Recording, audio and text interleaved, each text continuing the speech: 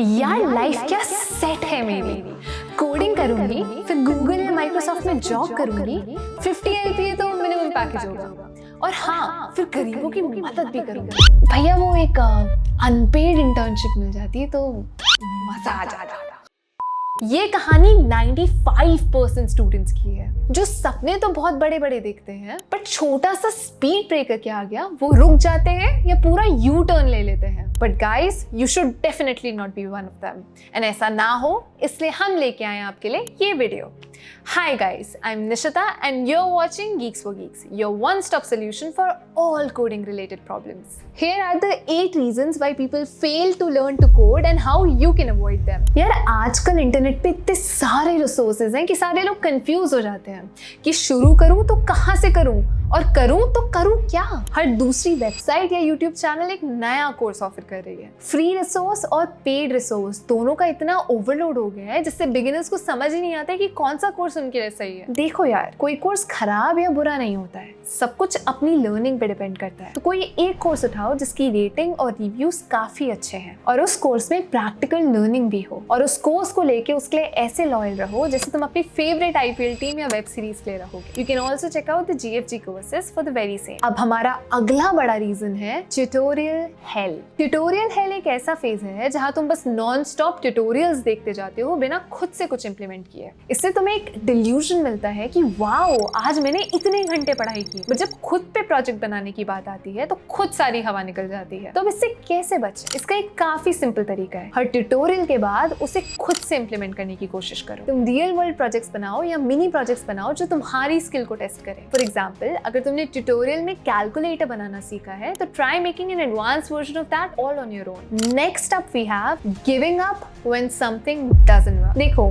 Beat coding या कुछ भी इन योर लाइफ, प्रॉब्लम्स और बग्स आना काफी कॉमन चीज है, पर कुछ लोग इन प्रॉब्लम्स को फेस करने से भागते हैं और जैसे ही एरर आए वो गिव अप कर देते हैं, जैसे it's impossible to solve that error. ये बहुत बड़ा रीजन होता है लोगों के फेल करने का। सीधी सी बात है, कोडिंग करते वक्त जो आपके पास बग्स आते हैं वो कोडिंग सीखने का एक बहुत इंपॉर्टेंट फेज होते हैं। इसको ओवरपावर करने के लिए what you need is perseverance.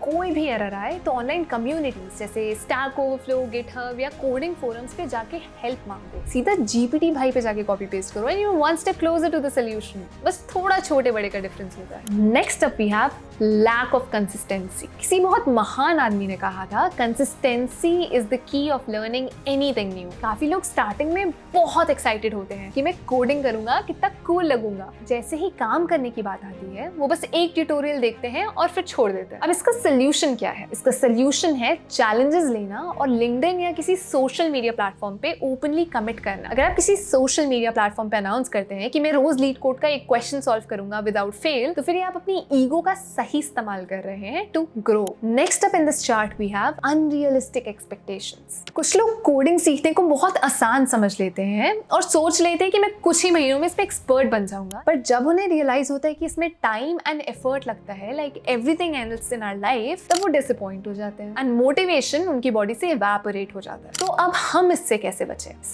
सीधी सी बात है, you need to set realistic goals. Starting में start with small milestones, start with a simple website and then as you become better, move to complex projects. Remember, mastery time और practice इन दोनों से आती है, ना कि एक महीने में। And at number 6 we have not building projects. Again, learning by doing is the best approach in coding. कुछ लोग सिर्फ ट्यूटोरियल्स देखते हैं और थ्योरी पढ़ते हैं, लेकिन खुद से प्रोजेक्ट्स नहीं बनाते हैं। प्रोजेक्ट्स बनाने से सिर्फ तुम्हें प्रैक्टिकल लर्निंग नहीं मिलती, पर तुम्हारा रेज्यूमे भी काफी हद तक बहुत अपग्रेड होता है। तो हम इससे कैसे बचें? तो इसका सोल्यूशन है, तुम खुद से प्रोजेक्ट्स बनाओ जो तुम्हारी स्किल्स को टेस्ट करें। ओपन सोर्स प्रोजेक्ट्स ज्वाइन करो, हैकाथॉन्स में पार्टिसिपेट करो और रियल वर्ल्ड प्रॉब्लम्स को सॉल्व करने की कोशिश करो। At number 7 we have not seeking help. कई लोगों को हेल्प मांगने में बहुत हेजिटेशन होती है जो उनके लर्निंग प्रोसेस को बहुत स्लो कर देती है। कम्युनिटी फोरम्स, मेंटर्स और पीयर्स से हेल्प मांगना इस पूरे प्रोसेस का बहुत इंपॉर्टेंट पार्ट है। तो फिर अगर तुम कॉलेज में हो तो अपने सीनियर से दोस्ती बढ़ाओ और उनसे प्रॉब्लम्स की सॉल्यूशंस पूछो। And last up we have